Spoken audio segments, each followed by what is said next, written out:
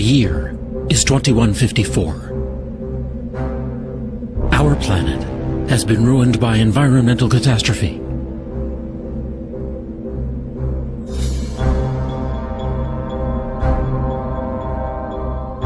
In the movie Avatar, greedy prospectors from Earth descend on the world of an ancient hunter-gatherer people named the Na'vi. Their home is a lush moon far beyond our solar system named Pandora. Could such a place exist? And could our technology and our appetite for exploration one day send us hurtling out to reach it? In fact, the supposed site of this fictional solar system is one of our most likely real interstellar targets, until a better destination turns up. Pandora orbits a fictional gas planet called Polyphemus. Its home is a real place, Alpha Centauri, the brightest star in the southern constellation of Centaurus. At 4.37 light-years away, it's part of the closest star system to our Sun. Alpha Centauri is actually two stars, A and B, one slightly larger and more luminous than our own Sun, the other slightly smaller. The two stars orbit one another, swinging in as close as Saturn is to our Sun, then back out to the distance of Pluto. This means that any outer planets in this system, anything beyond, say, the orbit of Mars, would likely have been pulled away by the companion and flung out into space. For this reason, Alpha Centauri was not high on planet hunters' lists, until they began studying a star 45 light-years away, called Gamma Cephei. It has a small companion star that goes around it every 76 years. Now it seems it also has at least one planet.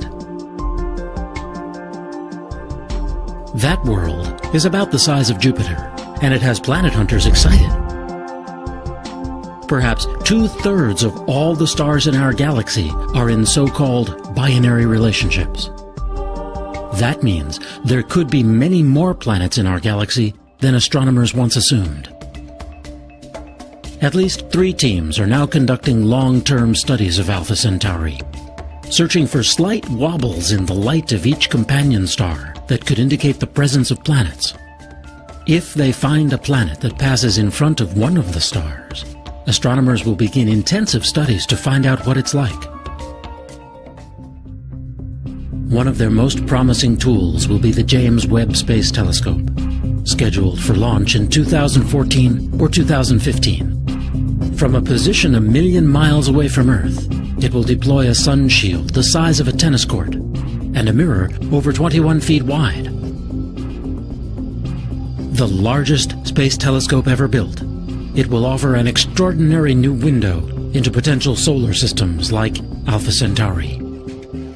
With its infrared light detectors, this telescope will be able to discern the chemical composition of a planet's atmosphere. And perhaps whether it harbors a moon like Pandora. One prominent planet hunter predicted that if a habitable world is found at Alpha Centauri, the planning for a space mission would begin immediately. Here's that star duo seen by the Cassini spacecraft, just above the rings of Saturn. To actually get to this pair of stars, you'd have to travel as far as the orbit of Saturn, then go another 30,000 times further.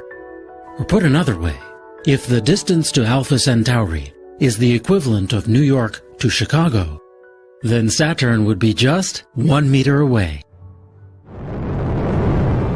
So far, the immense distances have not stopped us from launching missions into deep space. In 1977, the twin Voyager spacecraft were each sent on their way aboard Titan III Centaur rockets. After a series of gravitational assists from the giant outer planets, the spacecraft are now flying out of the solar system at about 40,000 miles per hour. They're moving so quickly that they could each whip around Earth in just 45 minutes. twice as fast as the International Space Station. Voyager 1 has now traveled over 110 astronomical units. That's 110 times the average distance between Earth and Sun, or about 10 billion miles. But don't hold your breath.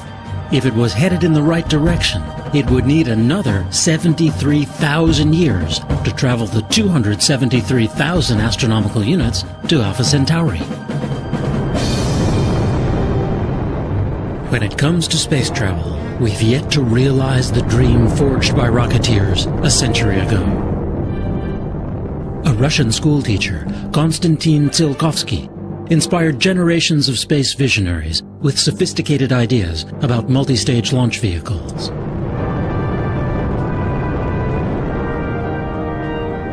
He imagined the construction of space stations in Earth orbit, and eventually vast permanent space colonies.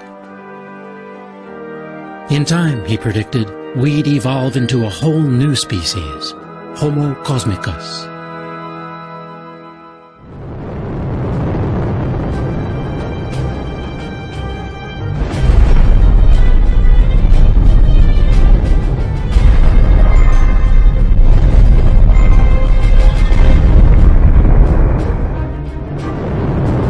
Since then, rocketry's greatest advances have centered on ways of containing explosive propellants and methods of maintaining stable flight at high speeds. The problem is that chemical rockets are just not efficient for long-distance space travel.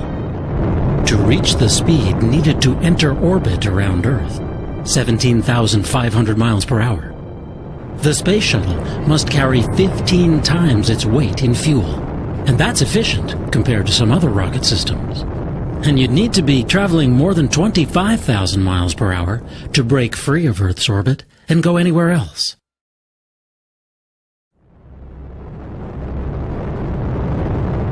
A NASA study showed that to send a space shuttle-sized craft to Alpha Centauri in 900 years would take an unbelievable amount of fuel, 10 to the 137th kilograms of rocket propellant. Suffice to say, it's more mass than is in the entire visible universe.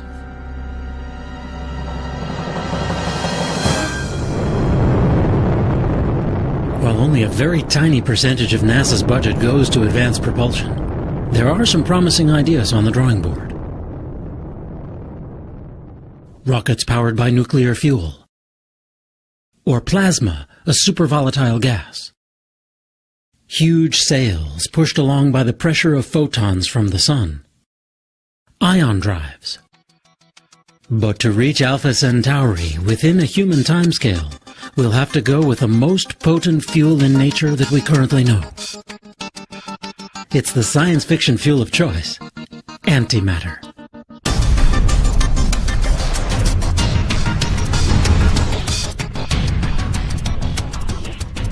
In James Cameron's Avatar, hybrid nuclear fusion and antimatter engines power a mile-long interstellar spaceship. At a speed of 670 million miles per hour, this vehicle makes the journey to Alpha Centauri in just 6 years. Antimatter really does exist, as the mirror image of the universe we know. It consists of electrons and protons, but with their electrical charges reversed. Whenever it comes into contact with normal matter, the two annihilate each other in a ferocious blast of energy.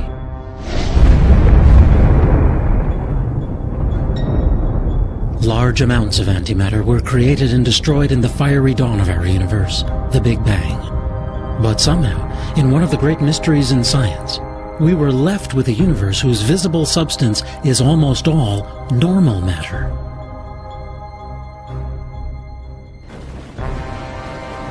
The universe still produces antimatter through powerful collisions, such as a jet from a black hole slamming into a cloud of gas. When matter and antimatter obliterate one another, they emit gamma radiation that we can then detect with instruments such as the Fermi Gamma Ray Space Telescope. Fortunately, black holes aren't the only way to generate antimatter. In giant labs, like the Large Hadron Collider, scientists accelerate atoms to nearly the speed of light and blast them together to expose their fundamental constituents.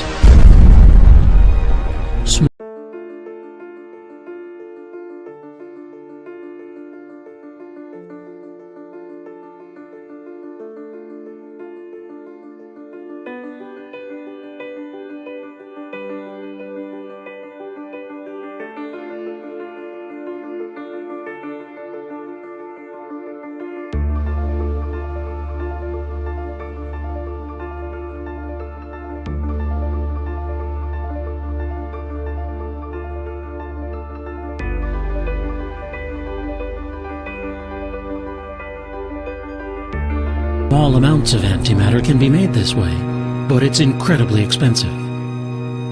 With a dedicated facility, the cost of producing it might come down far enough to produce usable amounts. And that's the hope of one researcher. Dr. Gerald Smith has been working for over a decade to find a way to trap this volatile substance and store it in isolation from the rest of the universe.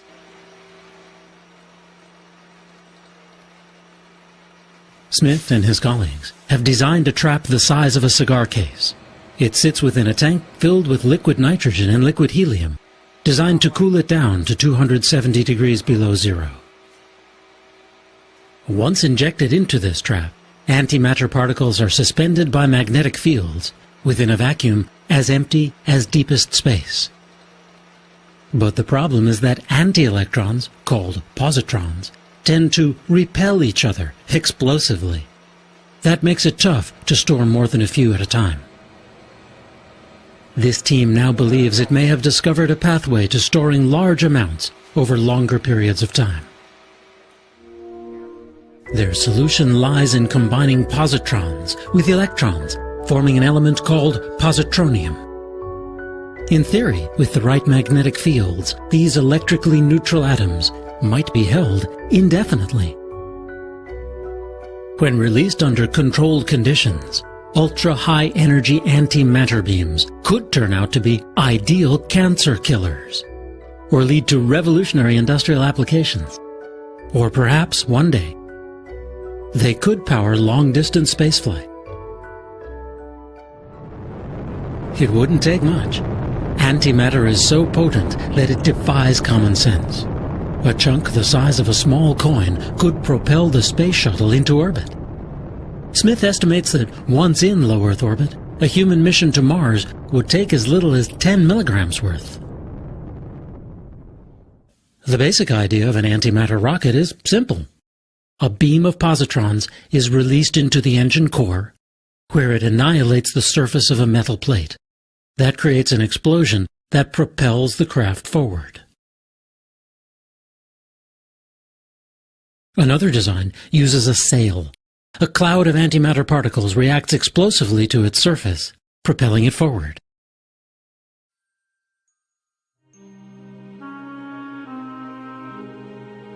Short of traveling to another solar system, there may be good reasons to contemplate developing antimatter propulsion. A preliminary mission would speed beyond the orbit of Pluto, sending back close-up images of dark planet-like objects that ring the solar system out in the Kuiper Belt. A longer-distance probe could reveal new details about the Oort cloud, a vast realm of comets that envelops the solar system.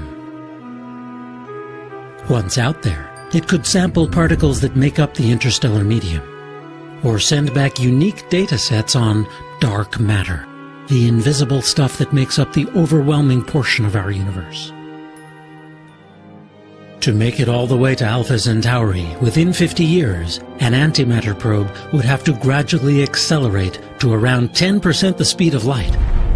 That's 67 million miles per hour. It would then gradually decelerate as it approached its destination. At those speeds, hitting even a grain of dust could destroy the spacecraft. So it might be best to slow the journey down to a century or more. it's safe to assume for now that we would only send a probe to Alpha Centauri if we discovered a habitable world. There may be other choices in our solar neighborhood.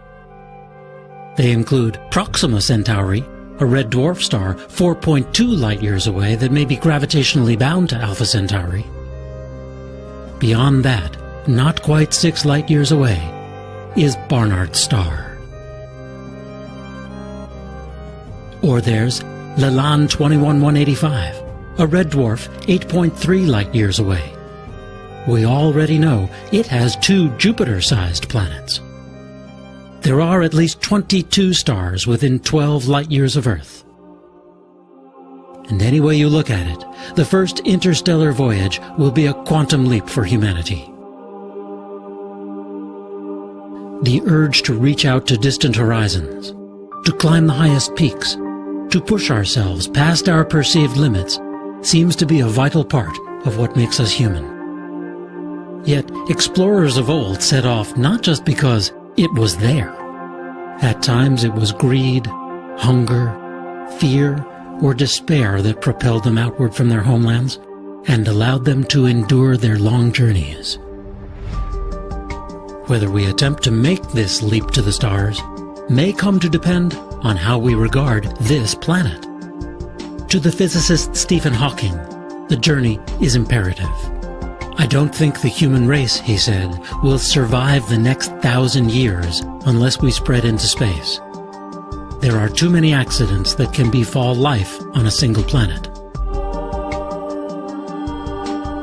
Indeed, we can't foresee the impact of wars, social upheaval, or the course of human civilization in coming centuries.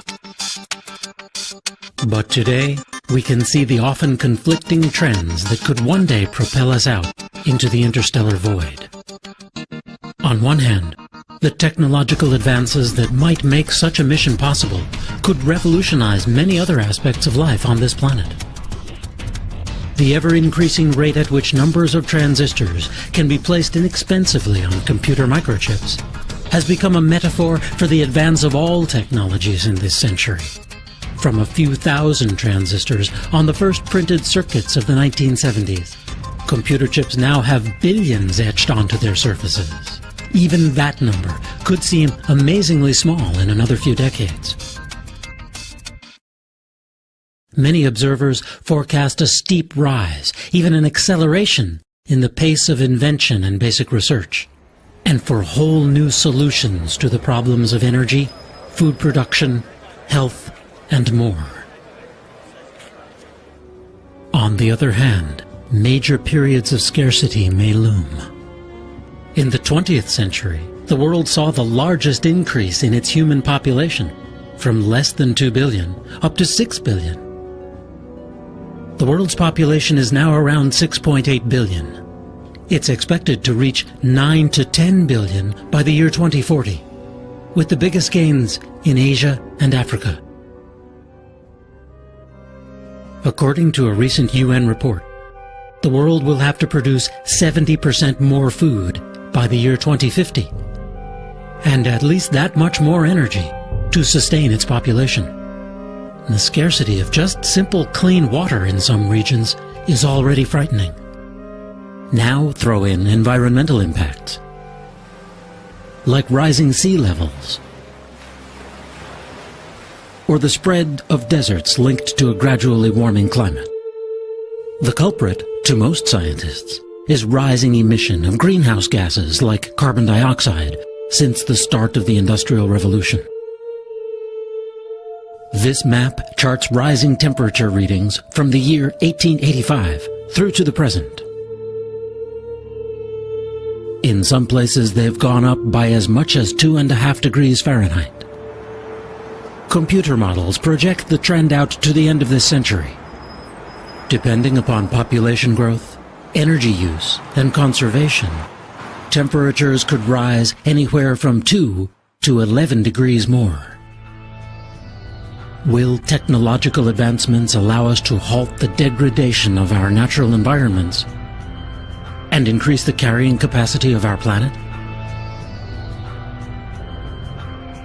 Will we find ways to mitigate the impacts of war, natural catastrophes, or political upheavals? No doubt, if or when we launch our first mission beyond this solar system, the occasion will spur reflection on who and what we have become as a people, as a planet, just as the first missions to the moon and our neighboring planets once did. At first, we'll send a probe designed to relay basic information on what's there, on a world whose light we have only studied from afar. As this cosmic emissary makes its way across the void, we on Earth will continue to struggle in our pursuits of happiness and prosperity, or of mere survival. When it arrives, we'll scan the data for evidence of a world like our own, one that may harbor life. How will our perspectives on that world, and upon our own, have changed?